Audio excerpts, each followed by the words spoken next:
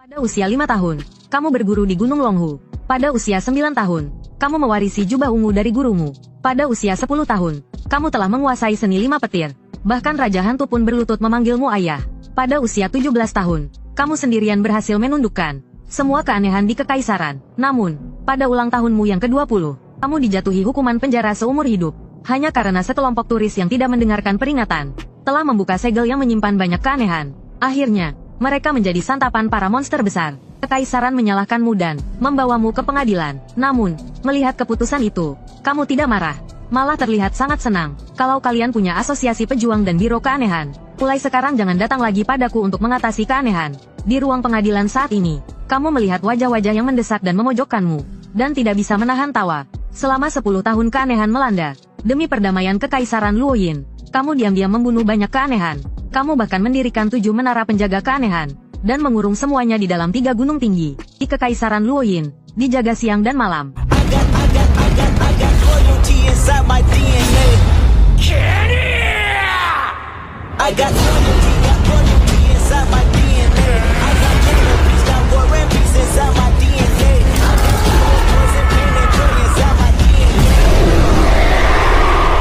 Namun, kedamaian ini hanya bertahan kurang dari 3 tahun.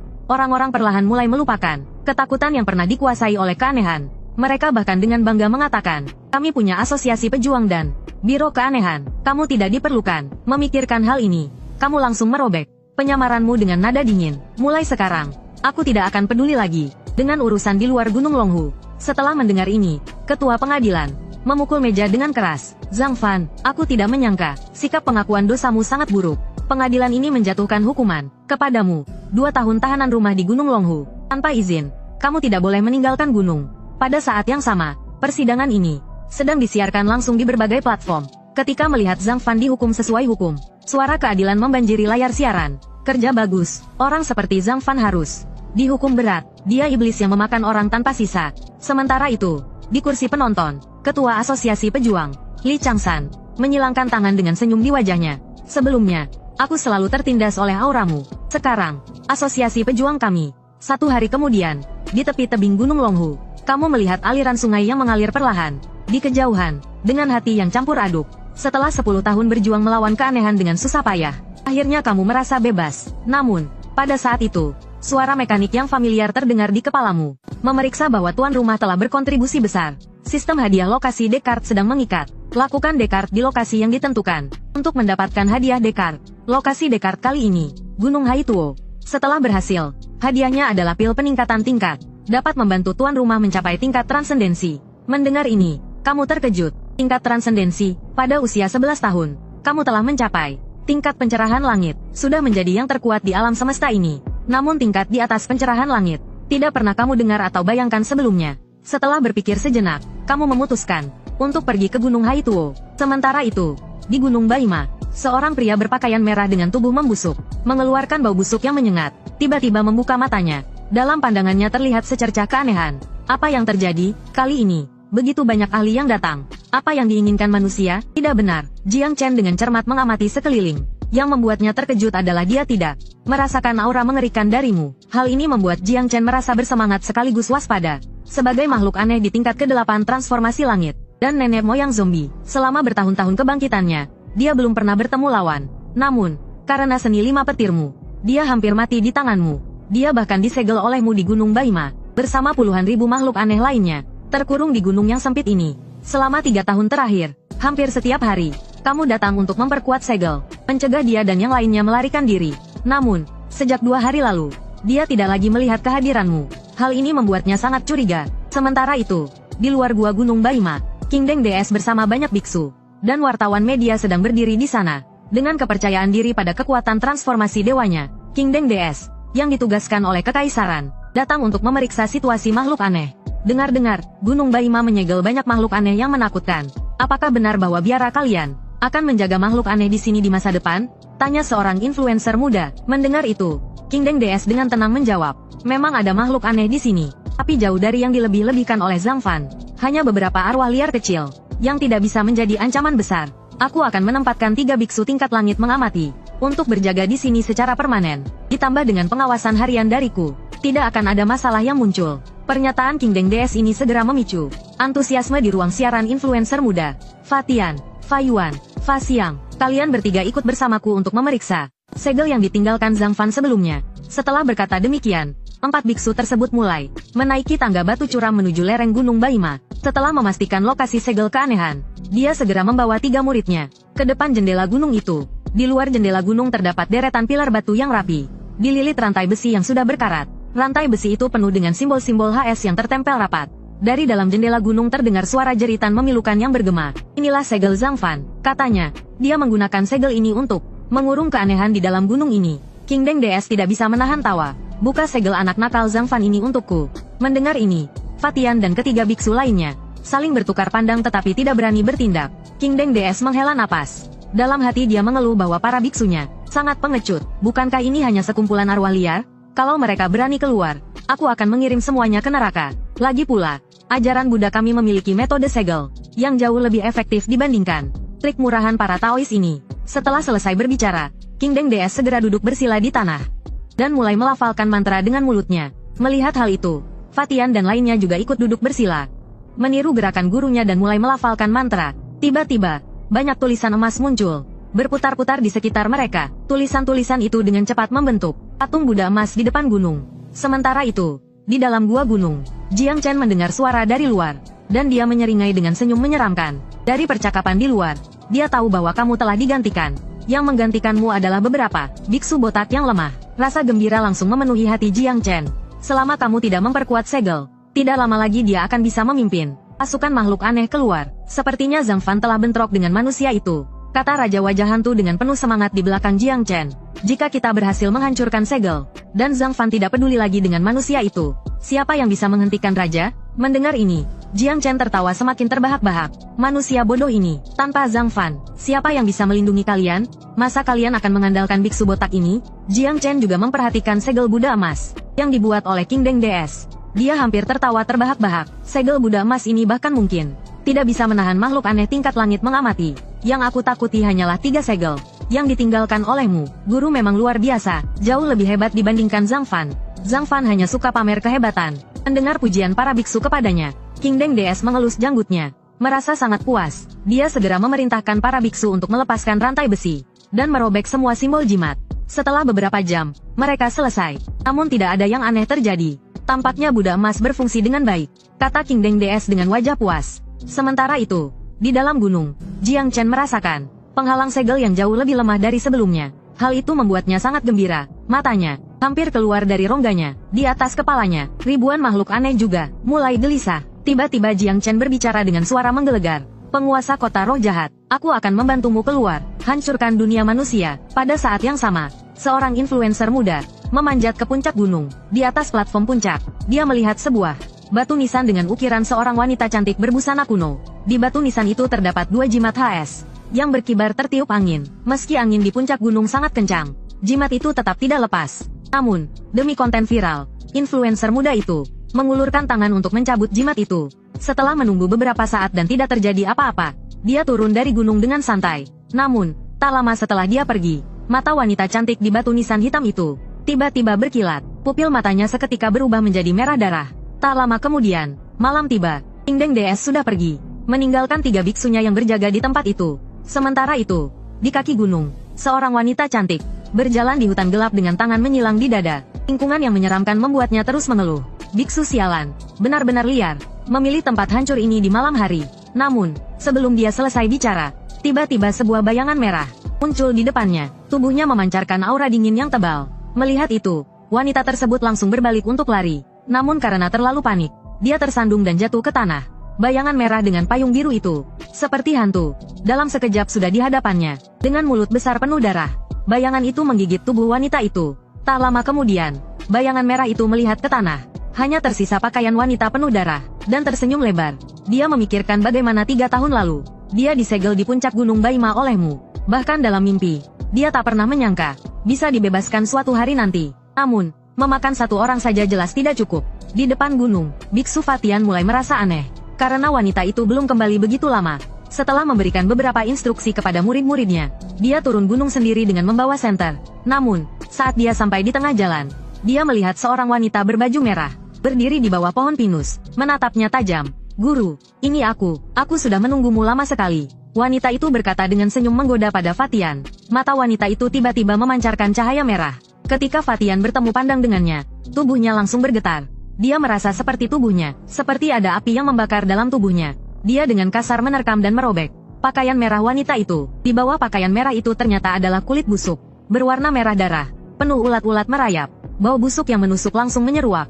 Fatian langsung terpana. Namun, pada saat itu, wajah wanita itu tiba-tiba terbuka seperti bunga yang mekar, dan menelan kepala Fatian dalam satu gigitan. Dengan beberapa gerakan menelan, kepala bulat itu jatuh ke perutnya, dan segera dicerna hingga habis. Iblis pemakan darah itu menjilat bibirnya, merasakan bahwa dia masih belum puas. Setelah menghabisi biksu Fatian, dia memandang ke kejauhan, melihat desa yang terang benderang. Keesokan paginya, di depan tenda Gunung Baima, biksu Fasiang dan Fayuan terbangun, tetapi tidak menemukan keberadaan kakak mereka, Fatian. Keduanya segera mencari ke seluruh gunung. Mereka menemukan jubah Fatian di lereng gunung. Jubah itu dipenuhi darah merah kehitaman, dan bau busuk yang menusuk.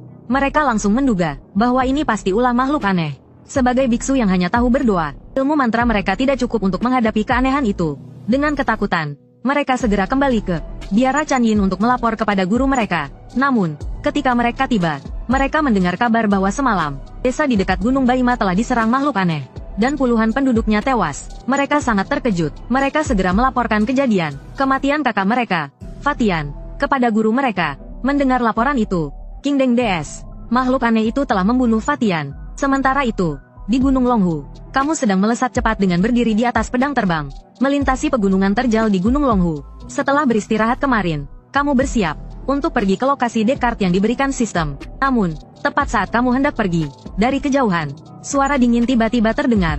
Zhang Fan, kamu penjahat, mau lari kemana? Kamu sudah dijatuhi hukuman tahanan rumah di Gunung Longhu. Dalam 2 tahun, kamu tidak boleh meninggalkan Gunung Longhu. Mendengar suara itu, kamu sedikit mengerutkan kening dengan ekspresi tidak senang. Tak lama kemudian, 2 sosok jatuh dari langit dan mendarat dengan mantap. Kamu memeriksa kekuatan aura mereka. Tingkat langit mengamati menengah. 2 semut kecil berani berbicara seperti itu padaku. Pikir kamu dengan ringan mengayunkan tangan. Sebuah kekuatan ruang yang sangat kuat langsung mengikat pria berbaju merah itu. Dasar penjahat, apa yang kamu lakukan? Serunya. Kamu tersenyum tipis, dan dengan lembut menjentikkan jari.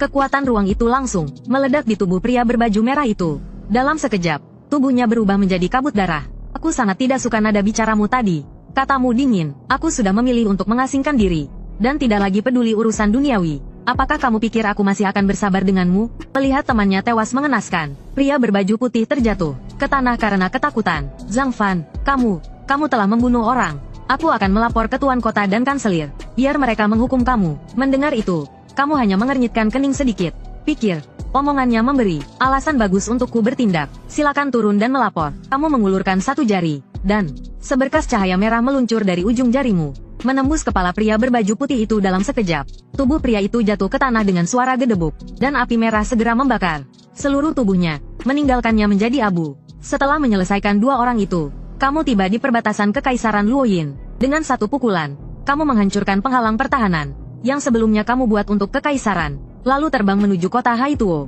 Tak lama kemudian, kamu berdiri di puncak sebuah gunung tinggi di kota Haituo. Melihat lautan hijau tak berujung, perasaan familiar yang aneh muncul dalam hatimu.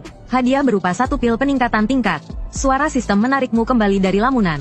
Di tanganmu, sebuah pil bulat bercahaya, dengan 7 warna memancarkan sinarnya. Tanpa ragu sedikit pun, kamu langsung menelan pil itu. Dalam sekejap, kamu merasakan aliran hangat mengalir ke seluruh pembuluh darahmu. Di detik berikutnya, ketika kamu membuka mata, kekuatan dahsyat yang tak terhingga menyelimuti tubuhmu sepenuhnya. Gelombang energi spiritual yang kamu hasilkan dalam setiap hembusan napasmu, bahkan menghancurkan awan di pegunungan. Sungguh luar biasa kuat, kamu berkata sambil menghela napas panjang.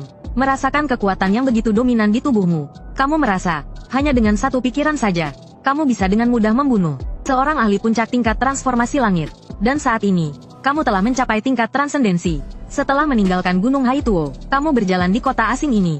Tiba-tiba, perasaan aneh muncul di hatimu. Meski ini siang hari, tempat ini terasa seperti kota mati. Namun, pada saat itu, dari sebuah kuil kecil, terdengar suara tangisan bayi. Segera setelah itu terdengar suara tua. Dengan nada penuh permohonan, kamu mengernyitkan kening, merasakan aura keanehan yang sangat kuat datang mendekat. Kalian melakukan tugas dengan baik. Aku sangat senang. Ingat, bulan depan kirim anak laki-laki dan perempuan lebih awal. Dari dalam kuil tanah terdengar suara tawa melengking. Dewa Tanah, anak-anak laki-laki dan perempuan di desa ini sudah habis dimakan olehmu. Kami benar-benar tidak punya lagi. Suara tua itu terdengar lagi, bercampur dengan isak tangis permohonan. Mendengar itu, kamu merasa tertarik. Kamu menendang pintu kayu tua kuil tanah itu. Di dalam kuil kecil berukuran 2 zang itu, terdapat patung Dewa Tanah yang sudah rusak. Di depan patung itu, seorang pria tua bungkuk sedang berlutut dan terus-menerus bersujud ke arah patung itu.